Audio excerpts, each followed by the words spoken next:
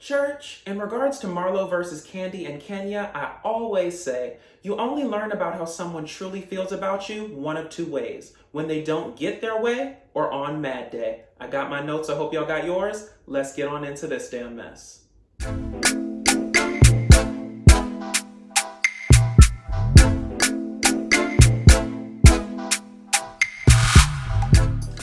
Y'all, so let's jump right on into the aftermath of Sheree and Tyrone. Now listen, I have made no bones about the way I feel about Sheree, Tyrone, and their jailhouseation of their situation. But I think that I can separate my feelings on this personal tip because as a human, it has to be incredibly hard to be stood up in that fashion, right? And it's kind of like an insult to injury on two fronts, right? It's the insult of him not showing up in terms of us having a relationship between the two of us. And it's also the insult on the back end in terms of the national public being, involved in it. And also in terms of the fact that the pictures of Sheree at that cafe alone are going to live in perpetuity on the internet, right? So like I said, it's kind of an insult on two fronts. My general rule regarding people standing me up is, not really just people standing me up, just human interactions in general, right? One time is a fluke, twice is a pattern, and by 5 times, it's a lifestyle at that point. So I'm not a fan of giving people multiple chances to screw you over, but I do have to take into account in the situation that Sheree is emotionally invested in this relationship. Ray Charles could see that Sheree doesn't really want to give up this man no matter what the people around her are really telling her, right? Now, I think if we take a step back, we have to also think about the context of this meeting, right? Was it a final meeting in terms of y'all said that y'all were going to show up to this place at this time on this day? Or was it, I'm going to be in Philly at this time, I'm going to reach out to you, please meet up with me. So I don't know the backstory of it. I feel like between Sheree and Tyrone, there's a lot of their backstory that we just don't have and that we just don't get. But regardless to say, standing somebody up is really, really wrong. I got stood up one time by a man, y'all. And I'm a true Gemini. The minute you cross me, if I'm not emotionally invested in you, I can literally retract all of my feelings, okay? And he came back to me kind of in the same, fashion that Tyrone did to Sheree, right? He just called, like, is everything okay? How's it going? Just tried to do general conversation. Absolutely not, okay? Either we're going to talk about this disrespect that you just, delivered unto me, or we're not going to talk about it at all. So I think that Sheree, basically getting off the phone with Tyrone when she found out that he wasn't about that apology life was good for her. Sometimes in life, you have to protect your peace and you have to kind of set boundaries in terms of when someone hurts you, the road to getting back in your good graces, right? And I think if Tyrone would sit back and just think about the interaction, what happened, what he did, he'll be able to come back and kind of, deliver a worthwhile apology, indicative of what the situation actually dictates, right? Anything other than that, Sheree, you need to leave that man packing, leave him blocked, and move on.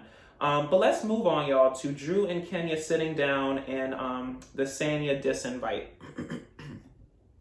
Now, y'all, I kind of understand the disinvite, right? Like, if we separate it out, okay, first off, disinviting somebody to a party is a very bad thing to do, okay? Just on a human aspect, just on a friendship tip, right? So on the friendship side, Sanya, you were dead ass wrong for disinviting Drew to your event, okay? If we are friends as you claim that we are friends, then you should know that even if I have a problem with you, I still want you to win, okay? Like, I'm not going to come and torpedo your event. I'm not going to come and make it all about me, right? So on a friendship tip, Sanya was completely wrong, right? But on a business tip, I understand. On a business tip, I literally understand, right? Because the big unknown in the situation is how Drew is going to show up to the event, right? Is she going to be on one? Is she going to be feeling a certain kind of way? Is her energy going to be bringing down the photo shoot team, right? It's a very small amount of people that work for me, the photographers, etc. You know, people don't realize that the way you're feeling and the way that you're, you know, feeling that day in terms of just your makeup and how your mind is set up, sometimes when you're in the entertainment industry, it can show up on camera, it can show up on film, right? So in terms of protecting her business, I understand why Sanya did not invite her to the photo shoot, right? So like I said, on the friendship side, Sanya, girl, you're wrong. On the business side, girl, I understand. Now, moving on to Sanya's business, the bait and switch of the situation. Yo, I always say, when it comes to these housewives shows, that if you don't leave the housewives without, you know, a business, a leg up in life, or at least a rich man, you have literally, you know, failed yourself in terms of what this platform is for. So on one hand, I commend Sanya for finding a business that resonates with who she is as a person, where she is in life, and something that she can share with people in order to further, you know, their development as mothers, as well as her business, you know, acumen in life. So like I said, I'm gonna go up for you on one hand. On the second side, Sanya, you know, Keith Sweat said there's a right and a wrong way to love somebody, okay? Well, baby, in this case, there's a right and a wrong way to do business, okay? Now, if you invited these girls to this damn photo shoot on some, girl, you know, I'm just about to, you know, I'm starting this business, we doing this merch thing, you know, I just want you to come down and support, maybe you could wear some stuff, you know, just take some photos, that's one thing, right? But if you're inviting them for an actual campaign, you know, we can get into the fact that it was a Black Friday campaign at the end of it, because the shade in that literally writes itself. But, you know, if we just gonna keep it on the high and the up, y'all. If you're inviting me down for a campaign, this is something that is central to your business, central to, you know, your marketing campaign. You're trying to reach people. It would have been proper to kind of approach them in an official capacity, right? Because listen, Kandi and Kenya, they will get you a lot of play in the media because they have a lot of followers, right? And so if you're coming at them from the standpoint of, I want you to help me promote my business, then the other side of that is that they need to be compensated for their time, okay? My presence is a present, okay? So whether that means a per diem or a portion of sales above a certain level, like there was a way to do that, you know, you could have gotten what you needed out of the situation and they could have felt that, you know, they were being compensated for their time. I think the saving grace is twofold on one hand. They both like you, number one, so they were willing to go along with it. But on number two, Kandi was down, right? And I think sometimes in situations on this show, Kandi sets the tone for appropriateness. And because Kandi was featuring you and Kandi was, you know, able to move past how she felt about it and deliver unto you what you wanted, I think Kenya fell in line, right? So listen, there's a right and a wrong way to love somebody and a right and a wrong way to do business. As I said before, one time is a fluke, twice is a pattern, and by five, it's a lifestyle. So Sanya, you're getting started with this business and you're going to, you know, get steam behind it because of this show. Please respect people's times, people's positions, and, you know, just people's business, because at the end of the day, your time is precious as well as their time is precious. Now on to Operation Cheer Up Sheree, y'all. Let's talk about Kenya being a no-show. I think the problem in that situation, y'all, it starts and ends with the fact that Marlo had to call Kenya to find out that she wasn't coming, okay? I get that you're sick. I get that you're not feeling well. I get that you were, you know, in the process of putting on glam to go to the doctor and basically something came over your ass and you had to lay dead to the bed, honey, with a full face of makeup. I understand all of that, but I think it would have gone over better if Kenya had reached out to Marlo to say that she wasn't coming versus what actually ended up happening, right? Is Marlo kind of blowing it out of proportion? I feel yes. I think she's trying to like search for her moment. This is not that deep, right? I don't really feel Kenya can be very messy, y'all. But I don't think there is any sort of malicious intent in terms of her not showing up to this. She does not have a current beef with Marlo. She does not have a current beef with Sheree. So I'm going to go out on a limb and believe her that she was not feeling well. And because she was not feeling well, she was not able to show up, right? But the saving grace in the situation was helper Drew to the rescue. So listen, I think it does speak a lot to Drew's character that even though she had an issue with Sheree, even though they may not be on the best terms, she was still willing to kind of, pinch hit for Kenya, being dead to the bed, in a full face of makeup and whatnot. And she was able to deliver the stuff that Kenya was trying to deliver in the first place. So good for Drew. I think that on the back end, it really does look good for her relationship with Sheree in the future, because even if you don't like me, you can still respect that I'm a human and I went through a very traumatic experience and you're trying to help me through it, even if it's only from afar, right? But thank you, Jesus, that Drew had enough sense and Marlo had enough sense to send her ass out the back of the damn house before Sheree showed up. Because I already done gone through all this damn stuff with Tyrone. I don't need to get into a damn altercation with Drew in terms of why you here when I wasn't expecting you. So good job to both of them.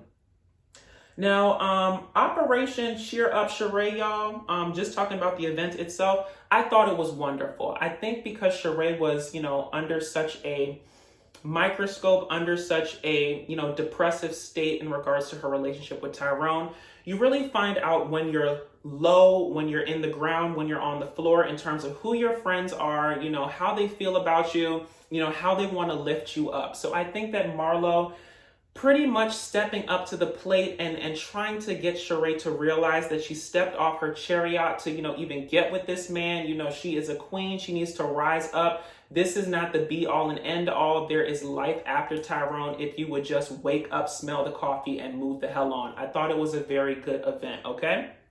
But y'all know me. I'm going to give you some compliments on one side, and then I'm going to have to give you the real on the back end, okay? So listen, I love the event. I think it was wonderful. But listen, was it me, y'all? Or did y'all think that Marlo should have bought Sheree the damn Fendi stuff instead of bringing the Fendi rep to the house on some, girl, have some fun shopping and stuff and whatnot, running up an $11,160 bill? Listen, if she did not pay the damn bill entirely in terms of Marlo, she could have at least, baby, put half towards it. Girl, I know you're going through something, like, let me buy you half the stuff, like, let me treat you halfway, right? Hell, you said you got the damn president of Fendi on speed dial. I'm sure you could have given the girl a damn discount, okay? Because on one hand, and I'm gonna be messy just for a quick second and I'm coming back. If Sheree ain't got the money to damn pay the damn assistant that's running around Atlanta saying that she don't pay her damn bills, she ain't got the $11,160 to be spending down to your living room on Fendi. Okay, that was real messy. I take it back. But the point remains the same, okay? Do not bring me over on some bait and switch type stuff, okay? Marlo, you could have given the girl a damn discount, or you could have at least paid half, okay? She already went through a lot with Tyrone. She don't need this damn charge on her credit card in terms of you trying to make her feel better, but it's actually affecting her bank account. That's all I got to say on it. Now on to Sanya's cooking event, y'all, which quiet as it's kept seemed to be about everything but cooking. Even though the food looked good, I'm glad that Sanya is kind of dispersing her Jamaican heritage through the show. I love Jamaican food. I would have wanted to see more of the food, but on the damn Housewives shows, y'all know, the minute you see any sort of food involved, any sort of table involved, any sort of sit-down dinner, some drama is about to show up, and that's exactly what happened. So let's talk about just the pieces of this in terms of what created the larger issue. So first we have Sheree versus Kandi, right? And Sheree versus Kandi, I have no issue with it, right? Sheree has legitimate grievances with Kandi, so I had no problem with them going back and forth at the place, right? As I said before, one time is a fluke, twice is a pattern. And if Sheree is feeling like Kandi is doing some underhanded stuff or just not being, there for her entirely as a friend in terms of the longevity of their relationship and what that dictates, she has every right to feel a certain way and address Kandi in terms of, I don't feel that you're being a thorough friend to me. So that argument, I'm pretty much okay with. Now, Marlo versus Kenya and Kandi, this is where I have to kind of step in here. And this is why I said earlier, I think that Marlo is kind of like looking for a moment sometimes. And I think that when you're making that transition between friend of the show and actual housewife, you have to pick and choose your battles and pick and choose what is actually a moment and what's not, right? So Marlo versus Kenya, that situation was literally blown out of proportion. If anybody should have been mad at Kenya and not showing up to the Operation Cheer Up Sheree event, it should have been Sheree's ass, okay? I understand that, Kenya could have done a better job of calling Marlo, but in the grand scheme of things, it's not really Marlo's fight. And the fact that Marlo decided to just assassinate Kenya and Kandi character, it kind of speaks to what you're really thinking and what you're really feeling about someone, even though you're trying to be fake on the outside and kumbaya, right? And in terms of Marlo versus Kandi, as I said in the intro, y'all, you never figure out how someone feels about you until they don't get their way or until mad day, okay? There is a difference between fun shade and shade. And that was shade from the depths of Marlo's soul shade, right? Kandi did not do anything directly to Marlo, okay? It's kind of like the property of transference if you think about it, right? Because I always say that in an argument, what the other person is trying to gain is your energy, right? I'm mad, so I need to make you just as mad as I am, right? So in that situation where Sheree is at the center, Marlo kind of took on the emotions that Sheree should technically have for Kenya, for Kandi, and she kind of made it her own. But Marlo doesn't have a middle. Either she's your friend and everything is kumbaya, or she's trying to assassinate your character. She pulls out the machine gun and she's ready to let loose, okay? So I think that the attack between, Marlo attacking Kenya and attacking Kandi, I just really feel that it wasn't warranted. And just because you're mad on behalf of Sheree doesn't mean you have to try to cut that damn deep, okay? If you say you're such friends with these people and we're such long-term friends, then you going off on me when you're mad, it kind of just creates a situation that you're going to have to backtrack on the back end anyway, okay? So what's the point of going to, DEFCON 1 in terms of you trying to assassinate my character if you're going to have to try to get back in my good graces and walk back all those insults later, right? And that's why I said, I really feel it's indicative of Marlo looking for her moment, and this was not it. I understand that you're mad on behalf of Sheree, but the level of venom that you showed to Kandi and Kenya, I don't think it was warranted in this damn situation. Now, last but not least, y'all, Drew decides to show up. Now, listen. If I'm Drew and I tell Sanya that I'm not showing up, then why the hell am I showing up? Okay, it does not make any damn sense. Clearly, you're showing up either for one of two things, right?